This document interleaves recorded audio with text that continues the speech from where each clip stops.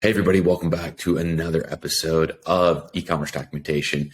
We have a doctor on the show today, Dr. Travis Zigler from Profitable Pineapple Ads. Travis, how you doing, man? I'm doing pretty well. Thanks for having me on, Preston. Of course, man. I love your hat. I was just telling you earlier, I like your backdrop and really love what you're doing. But you are a doctor. What? What is your? Let's start with that. You're a doctor. You got into the e-commerce space. Like, what's your background, and how did you kind of fall into all this, man?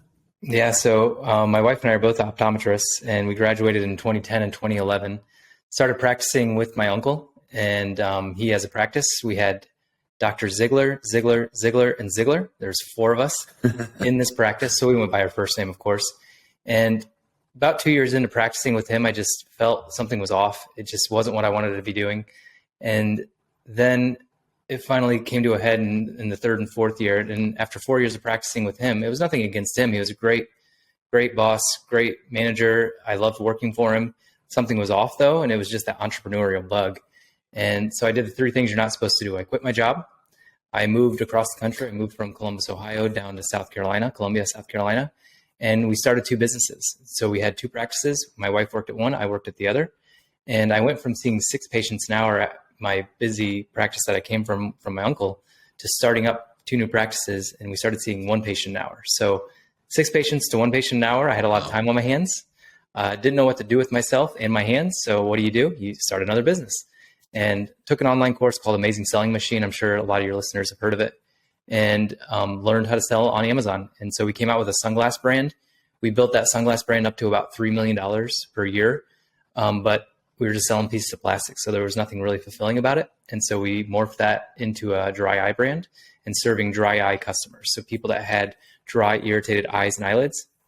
And we started building an audience around that. And after about a year of building that audience, we decided to come out with our first product. And the first product was a hit because we sold it to that audience. And during that same time period where we came out with that first product, we decided that our online business was hockey stick growthing. That's even a word, growthing. I just made up a word.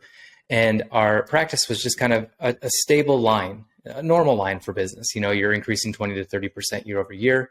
Whereas in our online business went from 100,000 to 1.2 to 2.5 to 3.2. And so it was this fast growth. And so we're like, Wow. we need to go all in. And so we were doing that before going in to see patients and after. And we had one VA in the Philippines that was doing customer service. And we had that until we were about doing 2.5 million a year. And it was just, we didn't have kids, so we could dedicate the time at that time. But we knew that something had to change. So we sold our first practice in 2017. We sold our second practice in 2018, went all in on this. The year 2018, we actually sold everything and just traveled the world. We then had a 1-year-old. And so we traveled the world with him. He saw 33 states and 4 countries before he turned 1 year old. So that was a lot of fun. And then here we are today. We sold I Love, which was the name of our brand, in 2021. We then worked for the people that bought us for 18 months. And then we just walked away from that. And then I started an agency about 4 years ago called Profitable Pineapple Ads with my 2 best friends from college. And now we're a team of 11 people. And it's growing, and we're just having fun now. Okay, there's so much going on in the Amazon ad space that I want to get into. You're laughing. I mean, it is crazy. I mean, there's people saying like, don't do PPC, organically grow listings. And there's other people in the crowd saying, you can't survive on Amazon anymore with the number of ad placements between sponsored products, sponsored brands, sponsored video. And then there's some new ad types that are happening, right? Explain to us kind of, what are your thoughts on that? Is it just the nature of the beast on Amazon now that you have to, like, it's turning into like what they've said about Google for a long time, right? Paying money on Google ads does influence your organic rankings. Yeah. So it is more pay to play now. And so Amazon wants 2 things. They actually just want one thing. They want sales.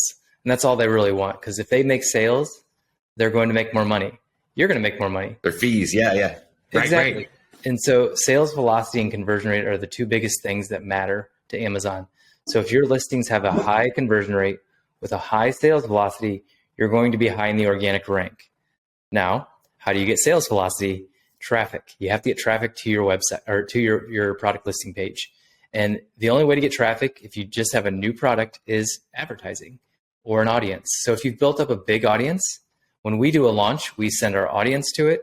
We send Amazon PPC, Google ads, Facebook ads, diversity of traffic, lots of traffic, and it doesn't just have to be paid. And so if you have a big audience, sure, you can grow your Amazon listing organically and get up there, but you're still going to be fifth on the page because most categories now are the top 4 are branded, or excuse me, sponsored. And then there's also a headline search ad from sponsored brands up there as well. So you have this big banner ad, and then you have these 4 listings that are sponsored. So by the time they get to the number 1 organic, if you're there, then they're already past like 4 other listings. So you have to keep that in mind. Amazon is becoming more pay to play. 2 years ago, our mix was about 70-30, 70% organic, 30% advertisement.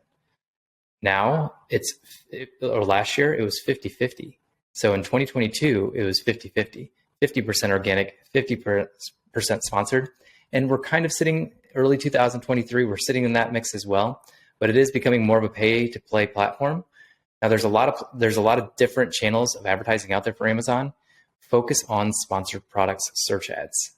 If you're getting confused or overwhelmed by everything, the 80-20 of Amazon advertising is sponsored products search ads, meaning there's a keyword that you're going after and you're showing up for that keyword. That is where the majority of your revenue is going to come from. When we do analysis of the ad percentage for all of our clients, and most of them are 80 to 90% sponsored products, so search ads, ASIN targeting, and then sponsored brands and sponsored display are anywhere from 10 to 20%. There is some anomalies in there. We have one client that is all sponsored brands. It's the only thing that works for him. We have another one that's almost all sponsored display. Really weird, but it works. But most of the time, the 80-20 is sponsored products, search ads, and ASIN targeting ads are going to be the bread and butter, what you need to focus on. And so I'm of course, a huge believer in Amazon PPC. And so push it and then just monitor your tacos. So you want to keep your tacos in a certain range, tacos being your total advertising cost of the sale.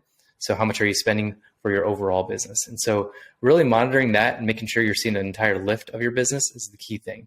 You don't just want to do ads. And if you start advertising, and this is what I recommend if you start any new channel, start advertising, make sure you're getting an entire lift of your brand and not just getting more advertising sales. You want to make sure you're getting a lift of the entire brand. I don't know if that answered. Right. So I went off. No, yeah, that was great. No, that was great, Travis. I mean, tacos is great because if you just initially launch, you're going to have 0 sales, right? 0 organic, 0 paid.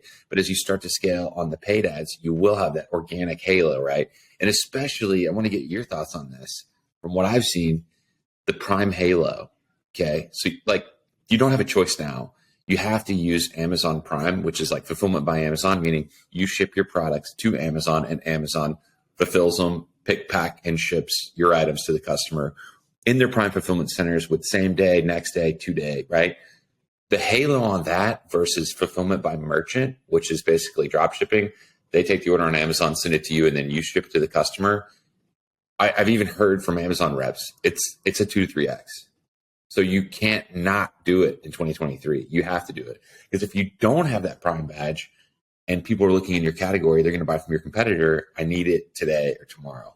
I mean, is that what you've seen? Do you think that's actually there's a filter in your app. There's a filter on your search that you can actually only search for Prime eligible items.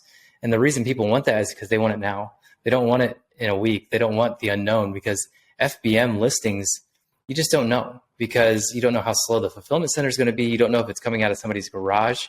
You just don't know how long it's going to take to get to them. And the buyer knows that. And so they love FBA. Now, case study, my brand, who I just stopped working with about a month ago, what we did from a strategy standpoint is we always had FBA and FBM on every listing. So we had our 1-pack of FBA and our FBM there. In case anything ever happened, they did an investigation, we ran out of stock, FBM would just fill it in.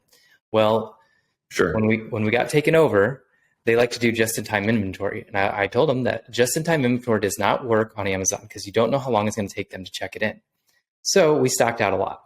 And whenever that our top seller would stock out, FBA would sell 100 to 150 per day. FBM would sell 50 to 100 per day. Not to mention you're paying more in shipping because your FBM shipping from your fulfillment center is going to cost a lot more than Amazon. And so that just shows you right there, 50 to 100 sales a day or 100 to 150 sales a day. So we were losing, $1,000 in profit per day as a result of not being FBA. Now here's another, it would be a case study if we talked in like a month from now. We just onboarded a client yesterday who's doing $2 million on Amazon. $2 million on Amazon, all FBM. A month, a year, what? A year, yeah, a year. But a year, okay. All FBM. And because they do print on demand, and I was like, what if we just took your best sellers, printed 100 of them, sent them into FBA, and just tested it? Because they're kind of against it, and I was just like, let's just test it, see what happens. And so they're willing to test it. And the best part is their Amazon PPC was very efficient, I'll say. It's like the tacos was like 2%. And I'm just like, okay, we could push a little bit on this this account, and you'd still be very profitable, and we'll probably get a lot more sales. And then once we add the FBA element to it, we should be able to push even more. So I feel like with them, we're going to be able to double their business within the next 12 months just by switching to FBA and just pushing their tacos from 2% to 5%. I mean, usually we shoot for anywhere from 10 to 20%. And if you're really in growth, 20 to 30%. And I recommend that for consumables. But just doubling theirs from 2 to 5% is going to make a huge difference, plus the FBA. So yeah, FBA is huge. Prime is huge. Oh, 100%. And I want to get your take on this. Like, I can totally appreciate a brand or an operator who's conscious about cash flow and making sure, like, just in time inventory. Like, I totally get it. I'm with you. But when you're talking about the missed sales and lost revenue that could potentially be had here, it's a bit foolish to not do it, especially as a test on some of these best sellers or, high unit SKUs, if you will. You've got to do it. Yeah. And it's not just the opportunity cost. It's the fact that, I guess it's all opportunity cost, but it's the fact that you are going to get fewer sales on the days that it switches over to FBM when you're stocked out of FBA. But then however long you're that way, your sales velocity goes down, your conversion rate goes down. And then once you get back into FBA, you have to get everything back up, get more momentum to get your organic ranking back up.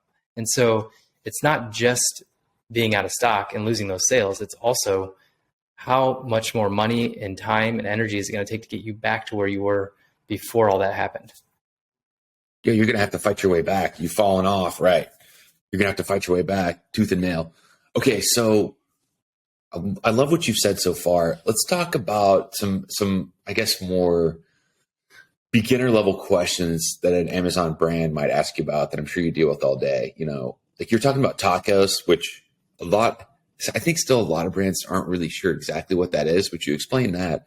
Everybody's still focused on ROAS, return on ad spend. Every dollar I put in, I need to get $5 in sales. And those days are, unless you're in, a very low competitive niche, I would say that would just be tough to get. I mean, a 5X, but you could do it at low volume. You see what I mean? Like there's brands and there's Amazon PPC agencies who go, oh, I'll get you a 5X. And then they're spending $20 a day. And you go, well, I need 20,000 a month in sales.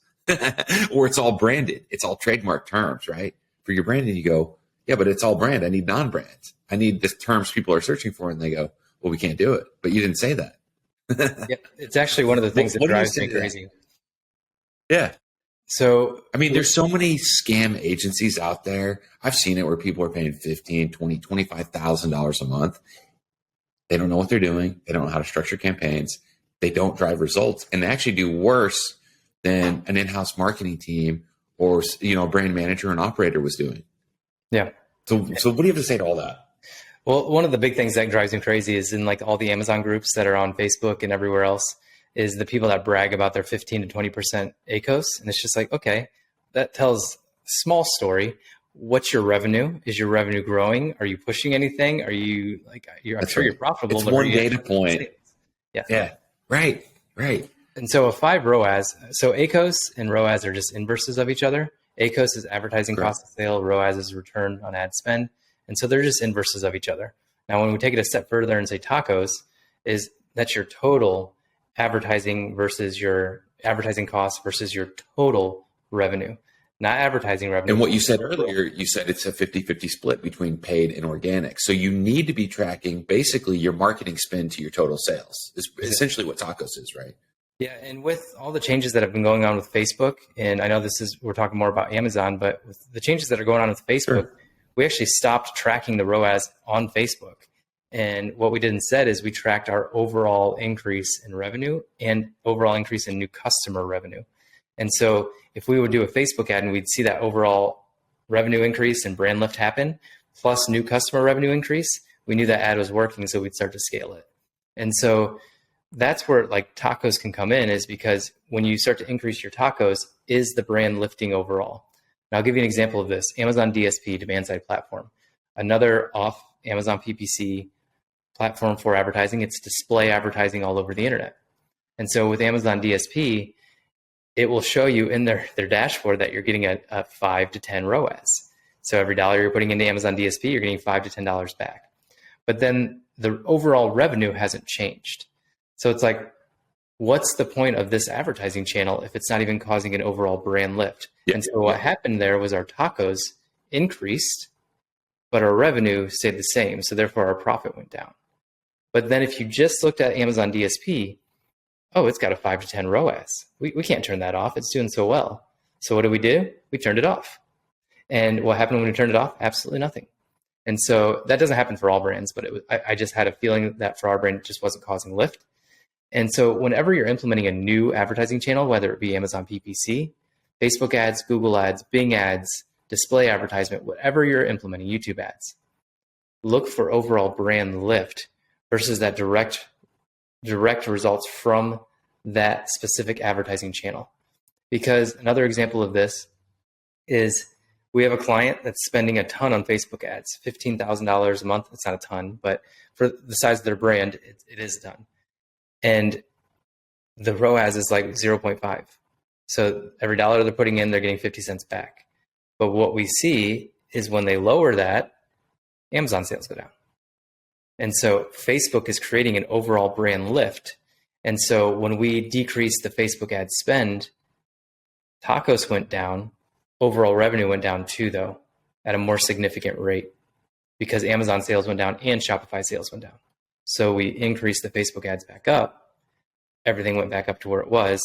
Our tacos actually improved as a result because those Facebook ads created an overall brand lift that was better. I hope that makes sense. Doctor, you make a great point. Yes, it does. And it kind of proves the point that, marketers specifically and people in e-commerce love that everything's trackable, right? But the problem is you have to be smarter than the systems. And there's even issues with, different platforms where Google and Facebook, if you add up the conversion value in your Google and Facebook, it'll equal more than what you've actually spent. And I'm sorry, like if you add it up, I spent $1,000 and I got 5,000 in sales, and then you add up Google and your other marketing channels, you'll be 200% of what you actually received in revenue. Because there's multi-touch. They could have looked at you on Facebook, then they could have looked at you on Google. And that same sale for, let's say, $50, they're both trying to take credit. So it's conversion value in Facebook ads and in Google. And you don't know what the Amazon, because if somebody sees your Facebook ad, you're right. They could then go, hey, I like I Love, that looks good. Let me go to Amazon.com and purchase it. And that's not reflected anywhere, because even with what you can do in Amazon with off Amazon traffic, where you can add like a UTM parameter and track that, this wouldn't be anywhere in there. So you're exactly right. You have to be smarter than the systems and measuring, I guess, what you would call like marketing costs or your social media ad budget with total revenue. You do have to watch that and see how it changes. Forget the ROAS, how it changes on your different channels. If you're on Amazon, if you're on your own website, maybe you're on eBay, Etsy, at Walmart.com, whatever, you do have to be smarter than the system. So I love that you're saying that. Yeah, exactly. I see the Zipify award behind you. Tell us about that. Is this with I Love? Were you doing one-click upsell? There's some mastery here. Let's get into it. Yeah, so with the Zipify award, I'll actually go over this. I'm actually turning my heat down. That's why I'm looking down at my phone. My office is roasting right now. But anyway, so the Zipify you still look good.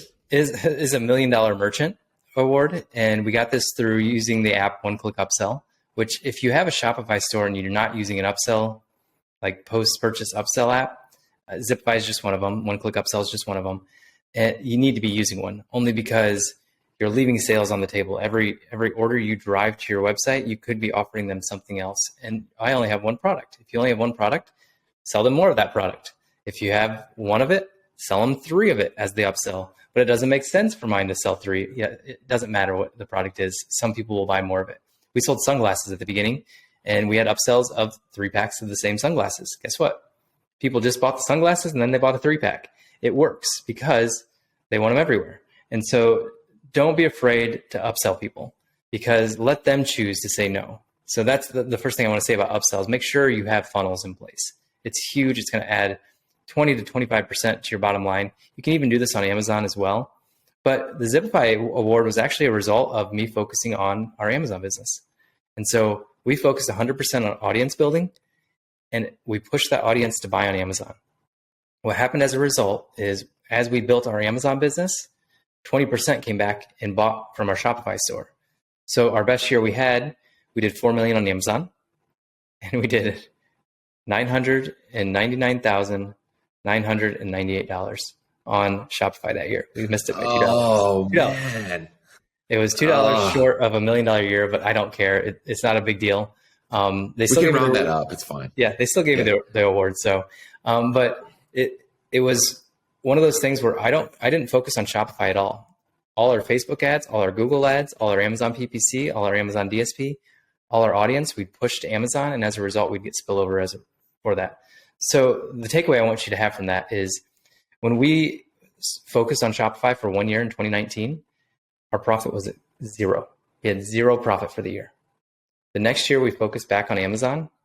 We increased 20% revenue, and we went from 0 to $600,000 in profit, because we stopped focusing on what we weren't good at and started focusing on what we were good at, which was Amazon. And as a result, our Shopify did better than ever, because we were focusing on growing the channel that we knew best. So if you have grown your business already using a certain method, don't get distracted by everybody telling you that you need to get off Amazon, because Amazon could suspend you at any moment. And then the funny thing is, I've talked to Shopify owners and they're like, I need to get on Amazon because if Facebook ads suspends me, then my Shopify store is done. And so it doesn't matter where you are in this equation, you have the fear of it all going away, when the thing you should be focusing on is building an email list and an audience, because they don't care where they have to buy it from you. If you have a good product and you cater to them and you serve them, they're going to buy from wherever. So if your Shopify store gets suspended or your Facebook ads get suspended, send them over to Amazon to buy. If your Amazon account gets suspended, send them over to Shopify to buy. And so it doesn't matter where they buy, as long as you're serving and catering to an audience. That's what really matters. But going back to what I was saying, focus on what got you there in the first place. If you've built $1 million brand, to get you to 10 million, focus on that one thing and just repeat it over and over again with more products. That will get you to that 10 million point. Once you get to 10 million, then you can start to diversify and hire people to help you with that. But focus on what works. That's going to be key to making it so you can increase your brand. So I love all that. When you say building an audience and through an email list with, I guess, first party data, how did you do that with I Love? Like, tactically, what were the things that you did to really do that and grow that, and then convert that audience? So we didn't feel like we could build an audience around sunglasses, selling pieces of plastic. There are brands that have done it. Ray-Ban, a great example. Oakley, a great example. Another smaller example, Gooder, G-O-O-D-R. Yeah. They catered to runners. That's all they made was running sunglasses. And they built a pretty good audience and pretty big business around that. And so you can do it. We just didn't have the passion for it. In our practice, we were seeing dry eye sufferers suffering terribly and we just couldn't fix them. And so we decided to take a different approach. Instead of a Western medicine approach, we took an Eastern medicine approach. We started teaching people functional medicine. Nothing to buy, just replace your breakfast with a green smoothie, drink more water, eat healthier, and exercise. Stress less, sleep more. That was pretty much what we taught these people. Basic necessities of living. You just don't think about it. We were just focused on serving this niche. And so then what happened was, one of the products we always recommended went from $30 a month to $300 a month. And then we came out with our first product on the heels of that happening. So somebody came to me and they're just like, this went to $300 a month. I can't afford it anymore. You're an entrepreneur. Come out with something better.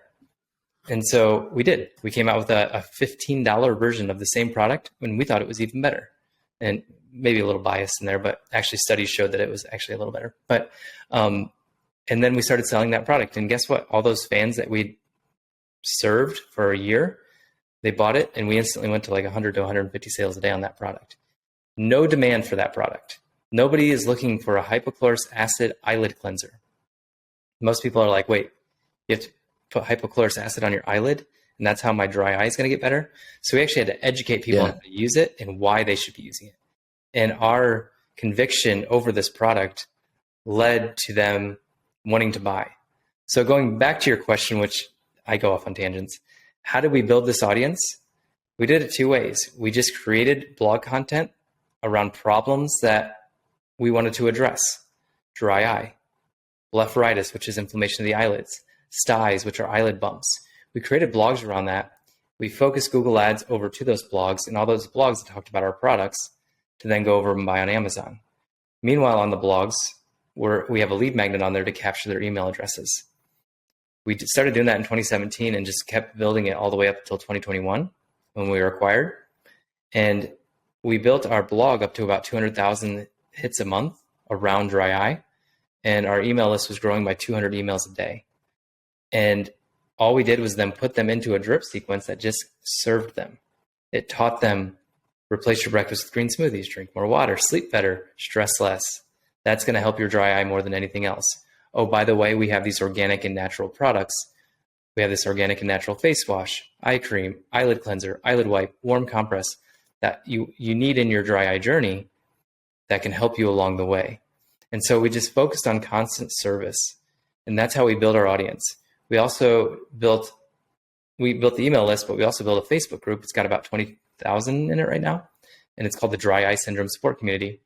And all we did in there was we went live. We went live and answered their questions. That's it. Now, I know a lot of your listeners are probably like, I'm not a doctor. I can't educate people on this. You only have to be one step ahead of the person that you're educating.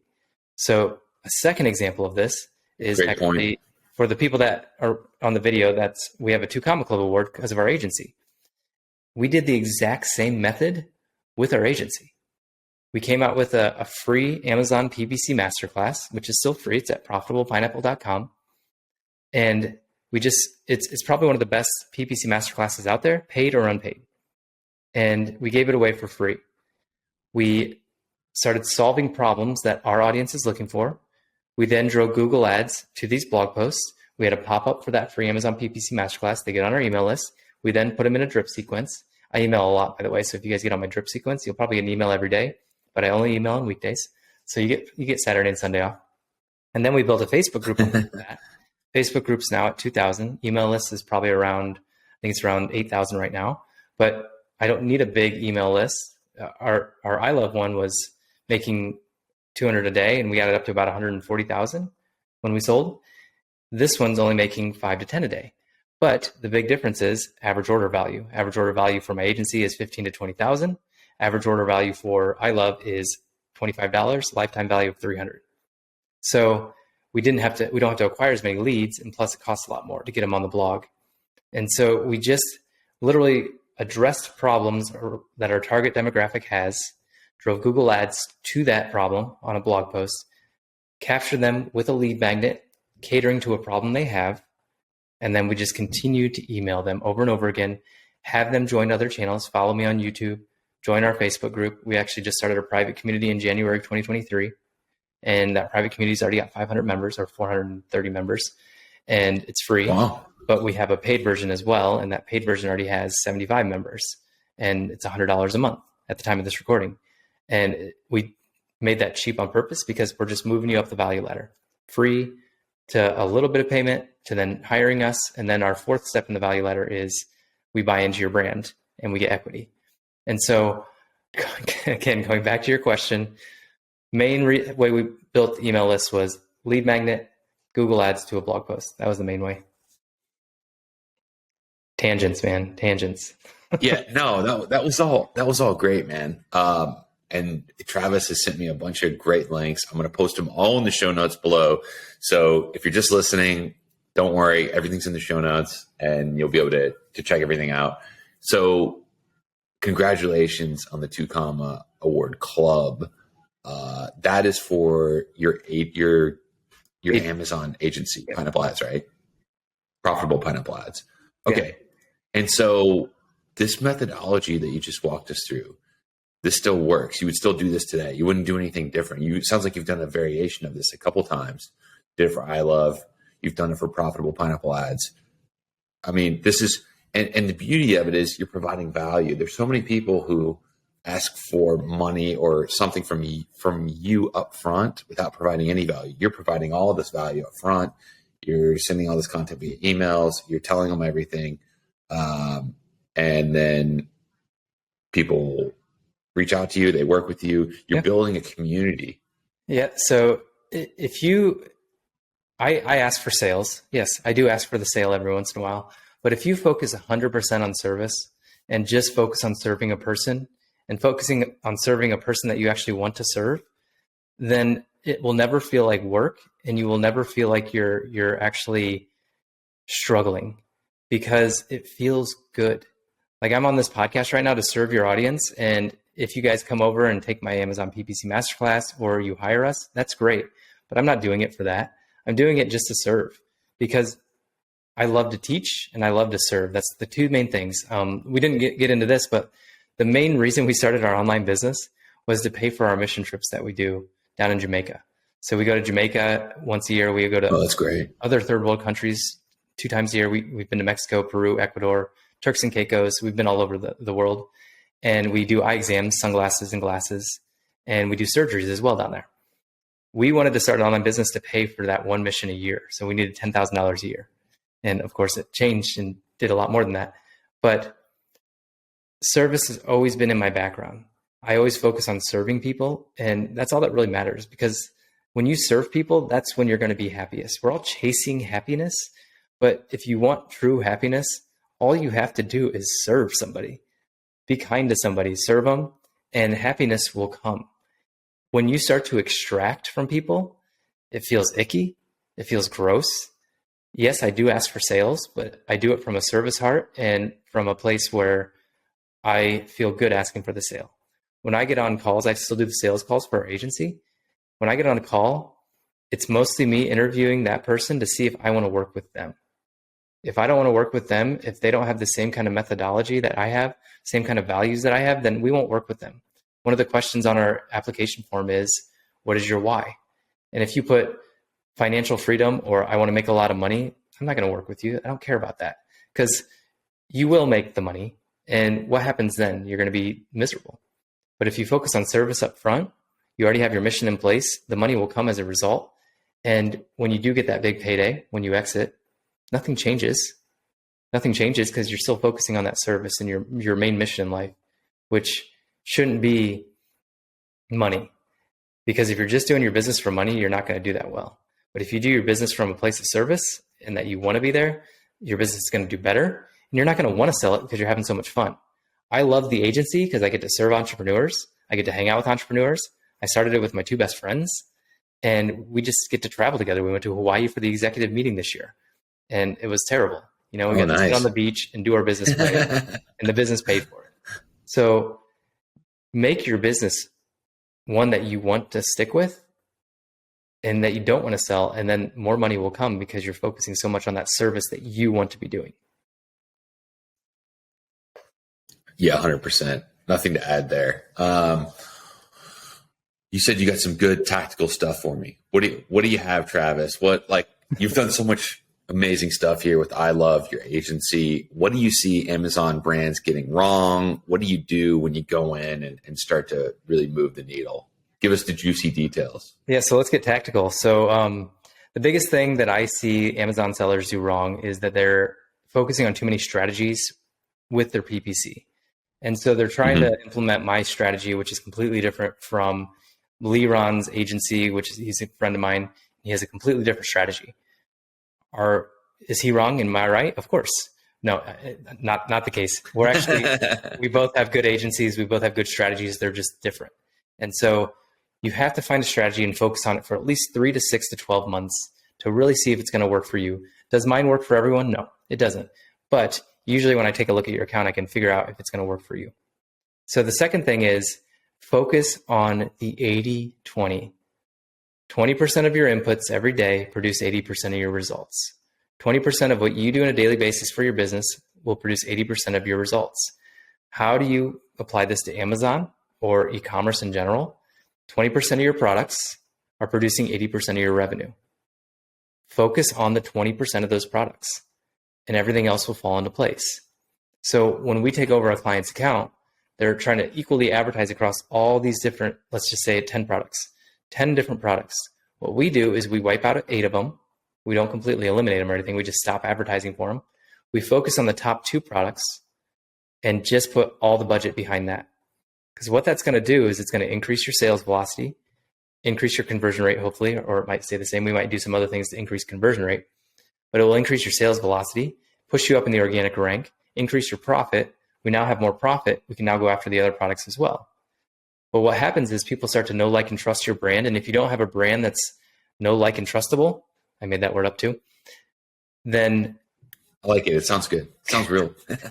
But if you have a brand that looks like a brand that is a brand, you'll get spillover. So those top 2 products, you want to keep selling those as much as possible. And then what happens is those people will buy your other products as well. And you won't even have to advertise for those. So an example of this is our main product is an eyelid wipe. And we sell 150 of those a day. And we have 5 hero products.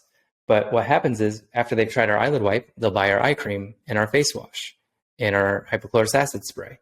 And so it trickles down to everything else. Now the eye cream has a $35 profit margin on it, and we don't advertise for it. And so we usually make about 10 to 20 sales a day of that. And that's just pure profit. And we've tried to push it, just doesn't do as well in the eye cream space when we try to compete with others. But when we just kind of let it be, it does pretty well. And so it's just pure profit. So when we're adding these secondary products, we want them to hit and be a hero, but not all of them are going to be that. And so we just let them sit there and they still profit. So 20% of your products making 80% of your revenue, focus all the efforts around that. Stop trying to help the little 10th product that you're trying to get off the ground for a year and it just isn't doing anything. Just leave it alone. Leave it there. Don't worry about it. Focus on the top 2 or top 20%. Now, the second thing about this, and this applies for Amazon PPC, this applies for Google Ads, it applies for anything that's keyword-based, search query-based advertising. 20% of the search terms that you're bidding on are producing 80% of your results. So get rid of everything else, focus on that 20%, and there's a lot of different ways you can do that. Of course, search advertising is what we're talking about here. But even with search advertising, we're going to focus all of our budget on those 20% of search terms. So an example of this is eyelid wipes. So I type in eyelid wipes into Amazon. I want to be at the top of that because it's one of my best performing search terms. Now, another way you can dominate that search term is every listing that's around you organically and paid at the top, we're going to advertise on that product page as well with product targeting ads. And you can do product targeting ads in sponsored products, brands, and display. We focus on sponsored products first, and then we branch off into display and brand after that. And so we focus on ASIN targeting on the top organic and the top paid for that search term. So we have search term targeting, ASIN targeting around all the products that are ranked high on that search term, focusing on the 80-20 of advertising. And so when you do that, again, it increases your profit because it increases your sales velocity, which increases your organic rank. So that's very tactical on how we do it. It's strategy, but it's very tactical on how we do it. And then one of the biggest tactical things that we do is we structure our campaigns in single keyword ad campaigns in Google and in Amazon. A single keyword ad campaign is just simply one keyword, exact match for that one product. Yep. And then we'll do the same thing, that same keyword, broad match for that one product. Then we'll do the same keyword, phrase match for that one product. And the reason we do that is because you can optimize every single part of that campaign around that one keyword. The budget, top of search placement, all the different variables are going for that one search term or keyword. And it's not going after 200 keywords. So that's why we separate it out into each individual one. So I hope that made sense, and I hope that got tactical enough for your listeners. Yeah, that was great. One other big question that I think people are wondering, you're your Zipify award, your Shopify experience, what were you doing? You hear a lot of stuff about this, but specifically on the upsell in Shopify. I mean, I guess it's a little different if you only have one product, but if you have, different products, different collections, right?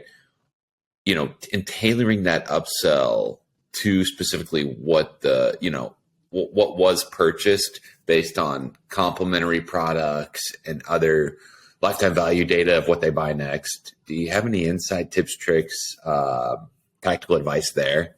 Yeah. The first thing is what I talked about earlier. Sell them multi-packs of what they're going to buy. So we had one of our hero products was a 1 ounce, and then we had a 4 ounce and a 2 ounce.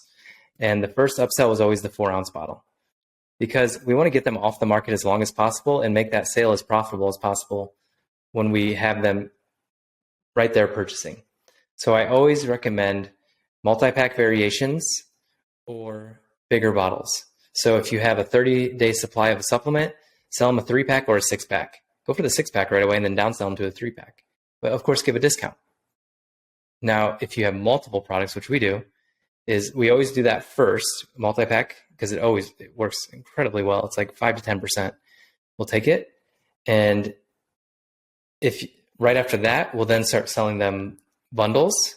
So that product with other things, or we'll try to cross promote another product. We'll also, the first upsell, we'll actually do a pre-purchase upsell too in the cart.